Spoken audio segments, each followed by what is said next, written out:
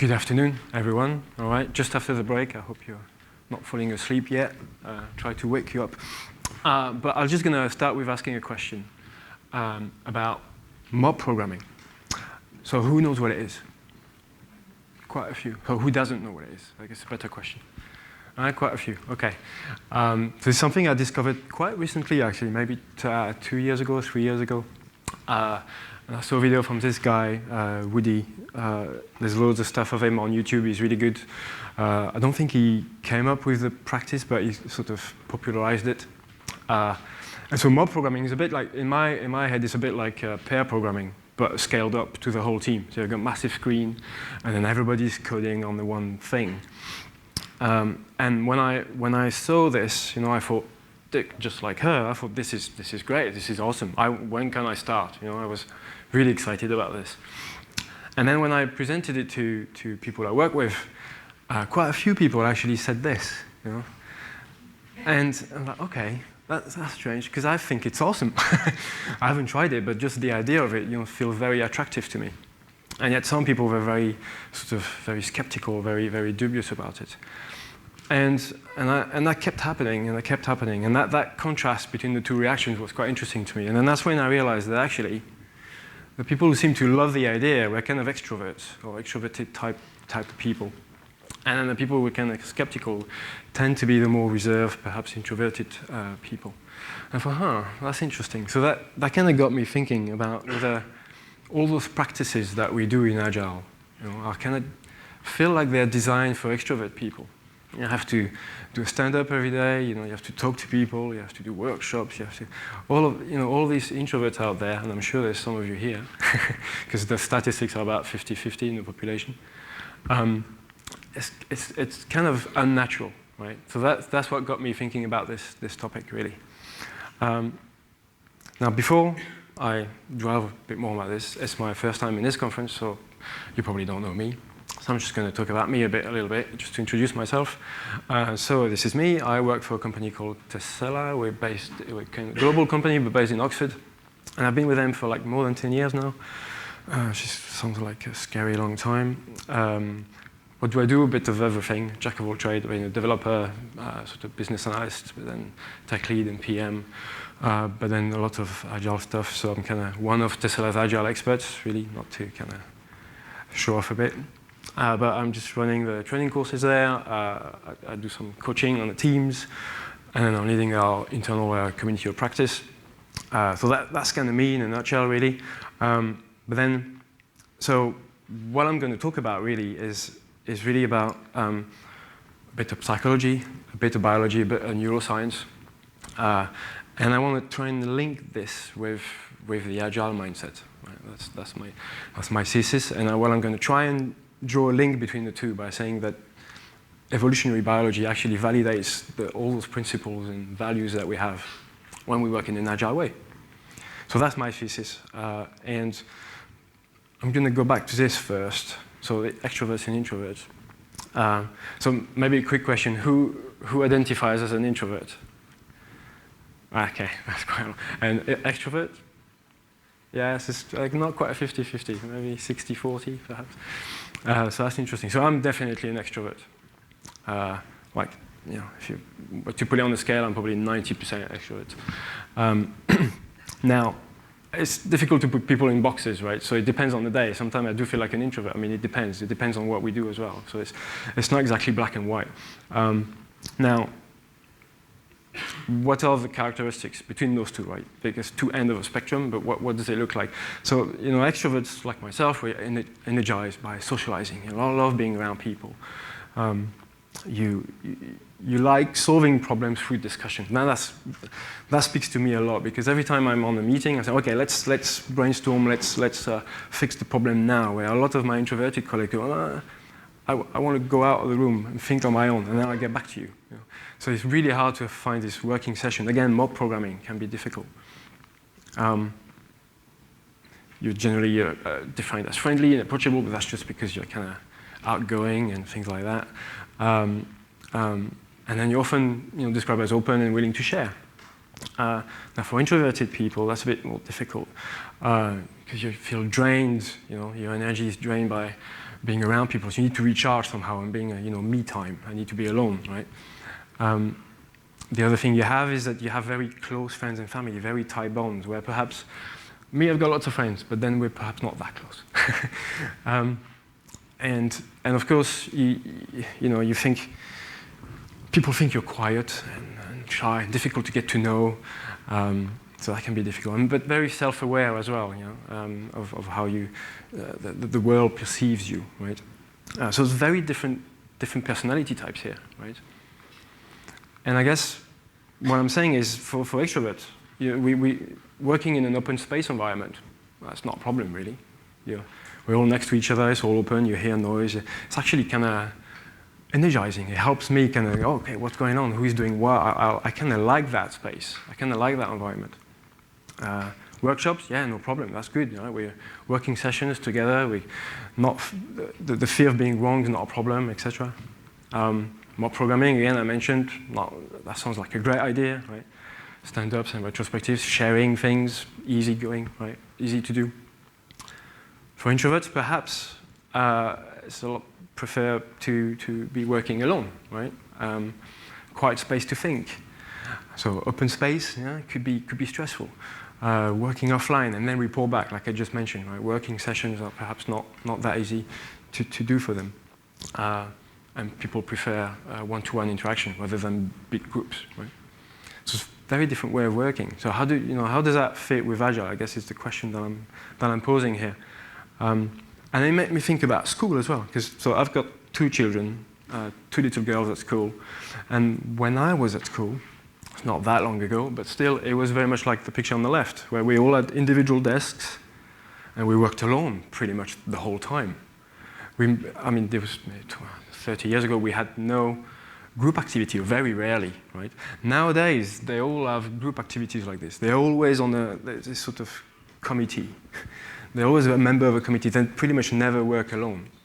And I'm thinking, for me, that's great. I love that, right? But for someone who's a bit more shy, a bit reserved, we need that quiet time alone. That's a nightmare,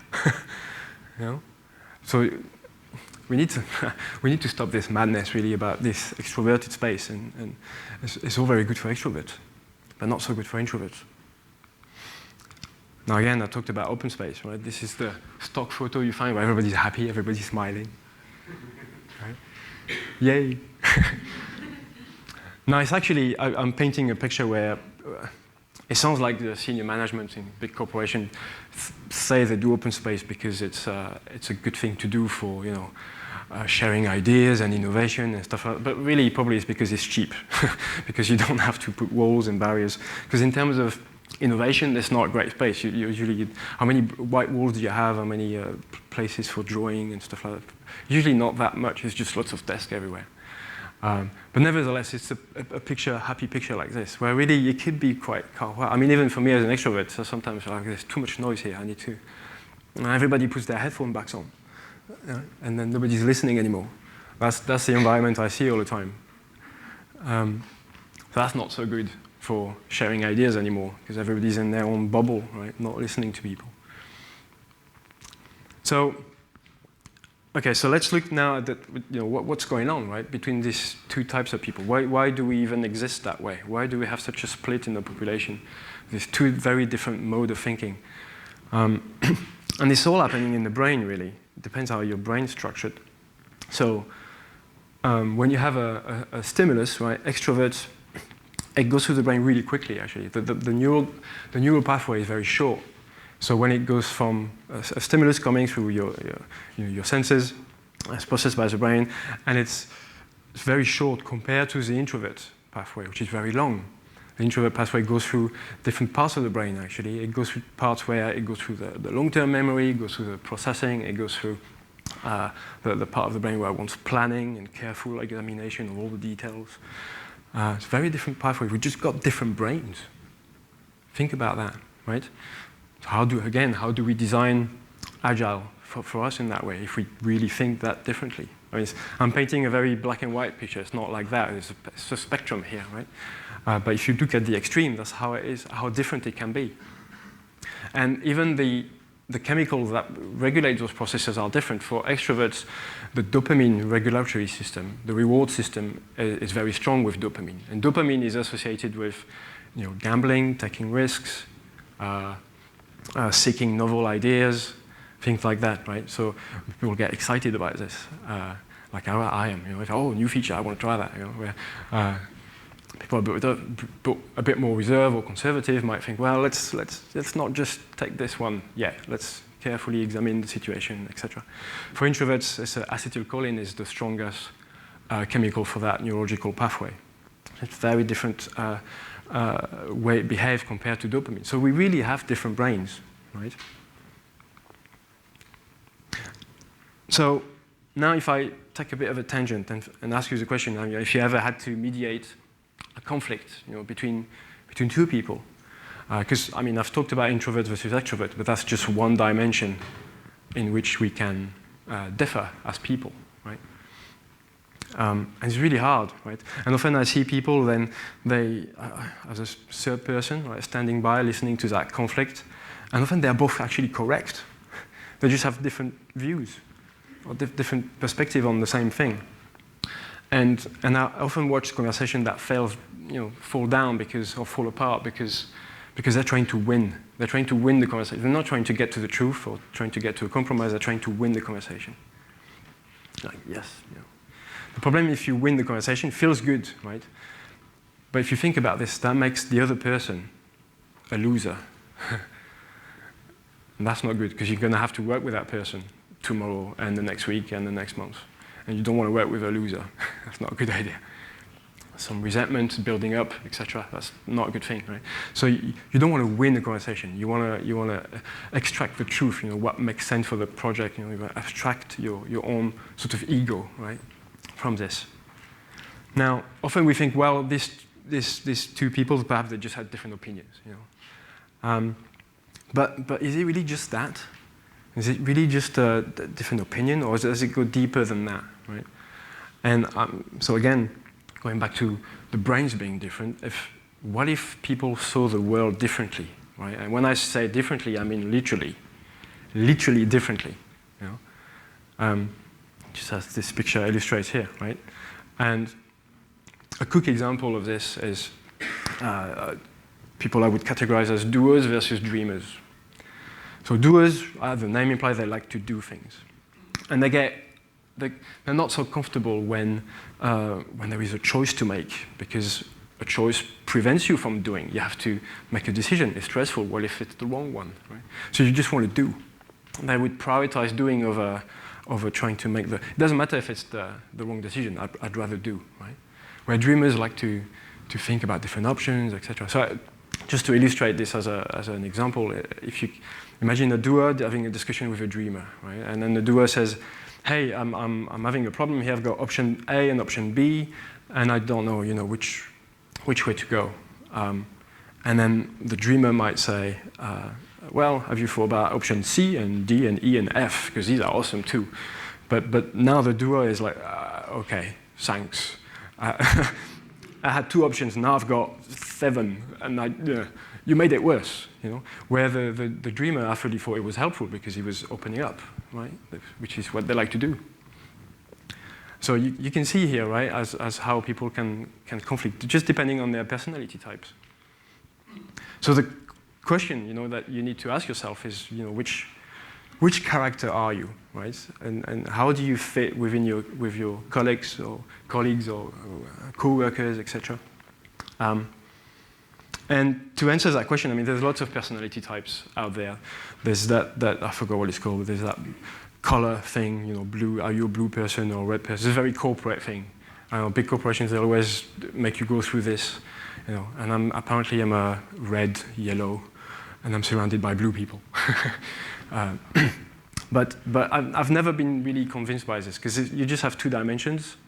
Are we really just, as human beings, just 2 dimensions? I feel like instinctively I'm thinking there's more. That's too reductive. Right? It's too simplistic. So I'm going to just check that one out. And then, of course, there's the Myers-Briggs, which is perhaps the most famous of personality types, tests that you can make. Now, this is made up, right? This is basically two people with no scientific background who just made stuff up. There's no backup of evidence or anything like that. They just thought, well, people are a bit like this and people are a bit like that. And then they came up with lots of different types, personality types, and there's lots of dimensions, and you end up with, like, I don't know how many different 28 or so different types. It's not scientific, really. So I'm going to check that one out as well. I'm a bit brutal. It's not that bad, but yeah. But then I came across this one, called the Big Five model, which has a lot more backing from a scientific point of view, because it was people didn't come up with those 5 dimensions to begin with. It's very much an empirical way of getting there. They did a lot of studies, a lot of surveys, a lot of questioning of thousands of people, and it goes across culture and countries. And they discovered those 5 dimensions and then put name on them. Right? So there's a much more solid background to this. Now, if you just look at this in detail, so we have 5 dimensions. Conscientiousness, first one. So what does that mean? That means attention to detail. How dependable are you as a person? If you say you're going to be on time, you actually are on time. A sense of you achieve stuff, your diligence, you kind of attention. You're good at doing stuff. Extroversion, we talked about a bit before, so I'm not going to go through that quickly. So you've got energy, you're quite sociable, you've got influence over others, things like that. Agreeableness, very important trait. How agreeable or disagreeable are you, right? So if you're very agreeable, you're very good at cooperation. Very good at, you have concern for others. Now, people who are very extreme in their agreeableness trait tend to have even more concern for others than they have for themselves, which is a bit of a problem, right? And statistically speaking, agreeable people tend to have less promotion than disagreeable people, because they just won't fight for it, or not as much as disagreeable people. Diplomacy, all that sort of stuff that you're good at. So it's good to have agreeable people in the team, right? Neuroticism sounds very negative, but it can be a good trait, because that means, what does that mean? It means it's your susceptibility to negative emotions, right? So if something bad happens, how stressed you become, or you just, I don't care. So if it makes people risk averse, careful, and plan ahead. So it's a good thing in some way, right, to be neurotic, because those people plan things, and that's when things don't go wrong, because they've planned it, as opposed to people who are very not neurotic and just don't care. We'll see, And then openness. So this is about how open you are to new experiences. So innovation, adaptability to the unknown, things like that, independence. These are the 5 sort of traits of the Big Five model. And just to give you a clue, that's my profile. Just to give you, there's loads of tests online. So I'm quite extroverted, as you can see, quite open, not very neurotic. Conscientiousness is not too good. And I'm quite happy to disagree with you, really. Now, I recommend that test. It's really good. There's loads of them online. They're all some you have to pay for, some are free. But it's really good. It gives you a good idea of who you are, right? And the point is, know yourself, right? And if you can know yourself, can you then, understand others, people you work with, right? Because at the end of the day, what we're doing is a social enterprise, isn't it? It's something we do in groups, in teams. Right. So there's a chicken on there. I'm gonna try and go deeper in the brain and how it works. So far we talked about how individuals differ, right?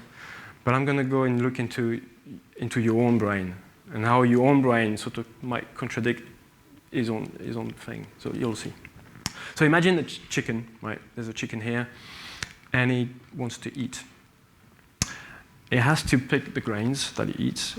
That's a very difficult task to do. You have to, there's a lot of motor skills involved in that. You have to do the right thing. It doesn't want to bash his head on the floor. It wants to pick the right grain, not the piece of gravel next to it, right? It's very difficult to do. The brain has to focus on that. It's a very specific task. You've got to ignore everything else to be able to do this, to some extent, right? You've got to block out distractions. the wind, the leaves are moving, there's the sun is blinding you, or there's all sorts of stuff that happen around you. You have to somehow block, right, for the brain to focus on what it has to do, right? So you have to, again, concentrate on the task, ignore certain things to be able to focus. But at the same time, that very same brain has got to look out for the dangers around, the predators, etc. So you have to keep an eye on the environment and keep an eye out for danger, things like that. So that sounds almost contradictory, right? How is that brain going to do both, right? So you've got to focus on the task at hand and ignore everything else, but you can't quite ignore it because you've got to, keep an eye out for stuff. So that, and if you look from an evolutionary biology point of view, the brain that survived are the brains that were able to do both, right, at the same time. If you only do one, that's not good enough, right? If you just keep an eye out for stuff, you're kind of a extreme dreamer, let's say, and you're not able to actually do the things you have to do, right? But if you're very good at doing things because you block everything else, then you might get eaten. So that's not good, right? So you need to be able to do both. So now the good news is your brain has two hemispheres. See where I'm going? Two hemispheres.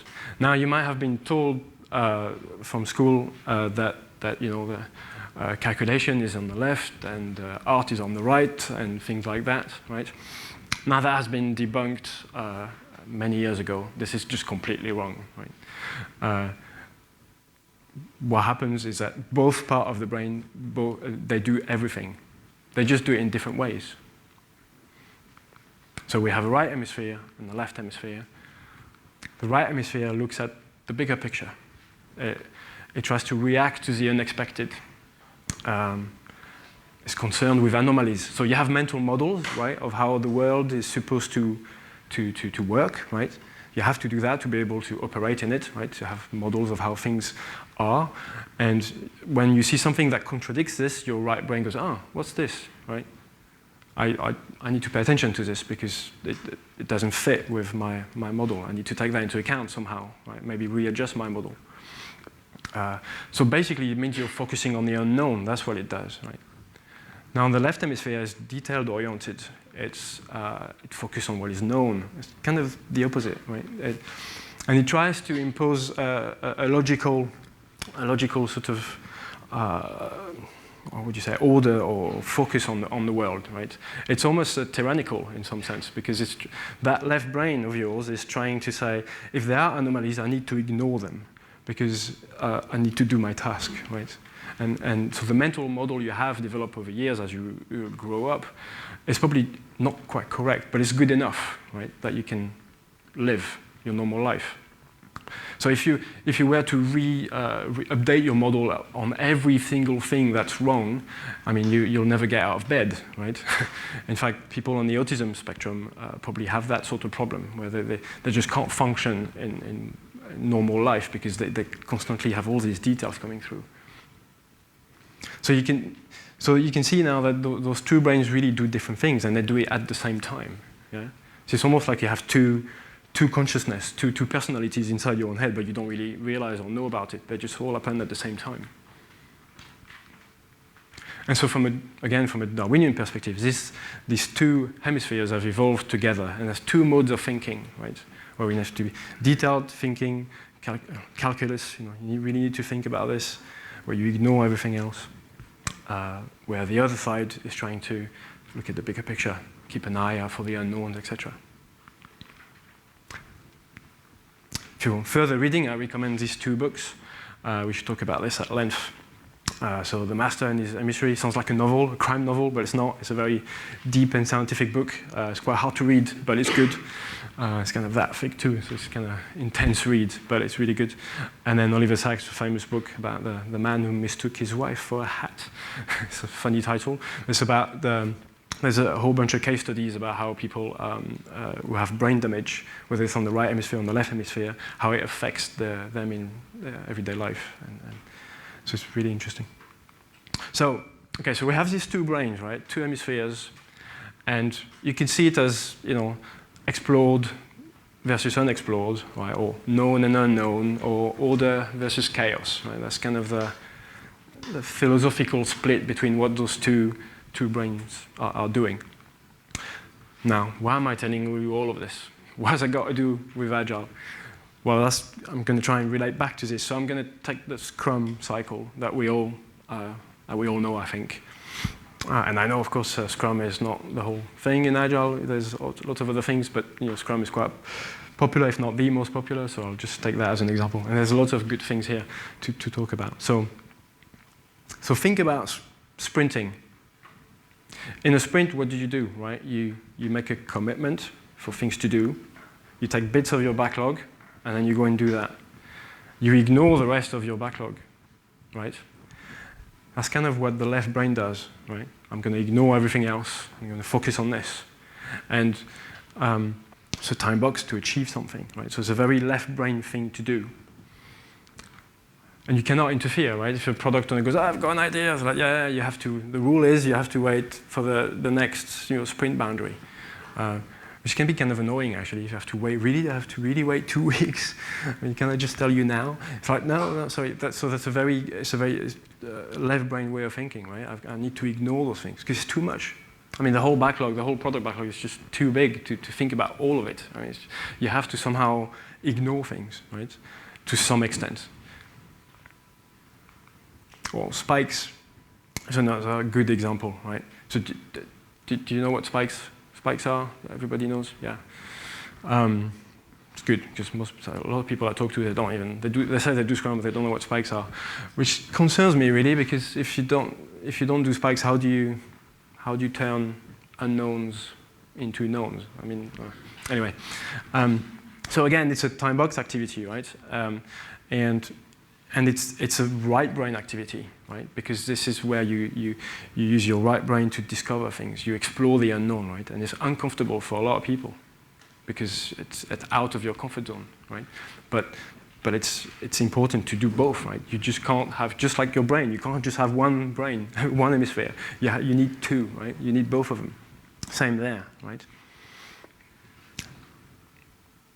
Another thing is about that if I go back a bit to extroverted versus introverted.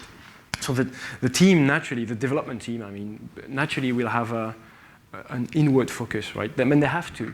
Right? They have to focus on the code and they have to be deep in the weeds, right, on doing the stuff. They have to be inward focused. And I see a lot of business people or product owners, etc., complain about this. Oh, my team, they just talk about code all the time. So, well, yeah, I mean, that's what they do. I mean, it doesn't surprise me at all. But for some reason, they say, oh, they should take care about, they should worry about the business. And yes, they probably should, but they have a natural focus internally, right? And I completely get that. It makes sense given what I just talked about. But then perhaps the product owner, again using a Scrum term here, that has to have this outward focus to the rest of the organization, of the business and the users and the stakeholders and all of that. By definition, it's much more outward focus. In some sense, it's an extrovert role, right? Not saying that introvert product owners are not doing a great job. Don't get me wrong. I'm sure they are, right? But by nature, you have to go out there, right? You have to be outgoing, literally.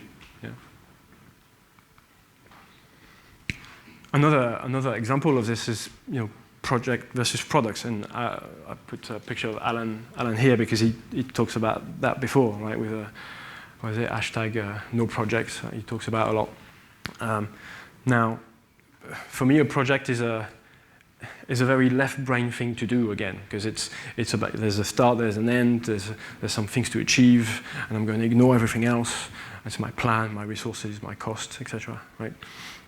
Whereas when you're more thinking about products, it's much more of a right brain way of looking at things, right? Because you have to explore unknowns, you have to discover what the user wants, right? You have to get out there, and then you might be wrong, and you might have to change. It's quite uncomfortable.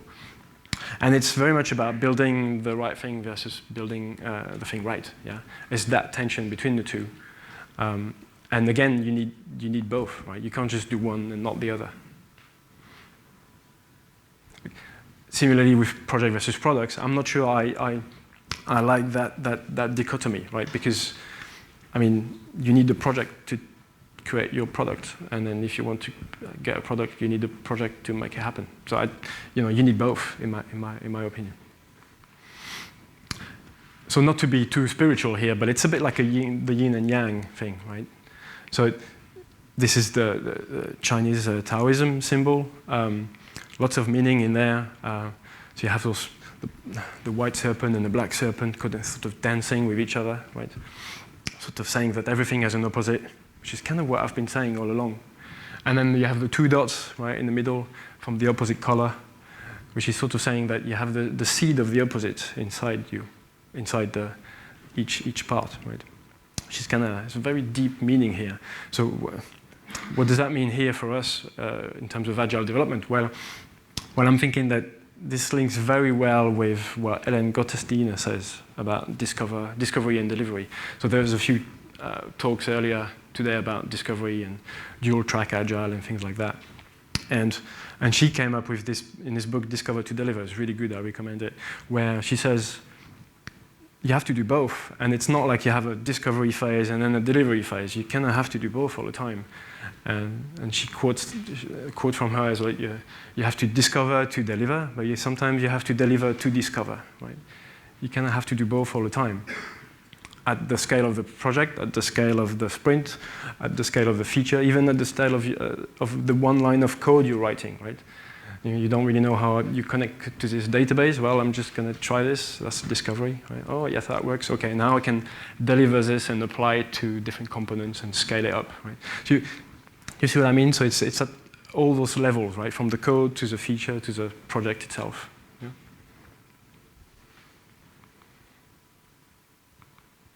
So I'm going to summarize here. What time are we? Are we good? Yes, I think we are. So my big take-home message, I guess, is don't forget the introverts. And I know a lot of you are, but the practices are very much designed for extroverts, in my opinion.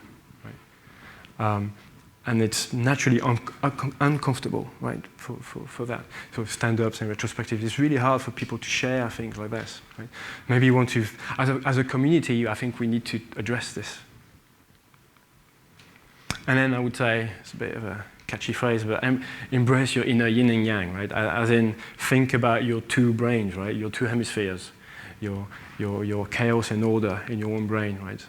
And embrace that balance between delivery and discovery, the known and the unknown. You have to explore. You can't just have a backlog of stories and go and deliver stuff. You have to spend time, right, exploring technical feasibility, what the user actually really wants, etc., right? And I think I'll stop here and take questions. Thank you.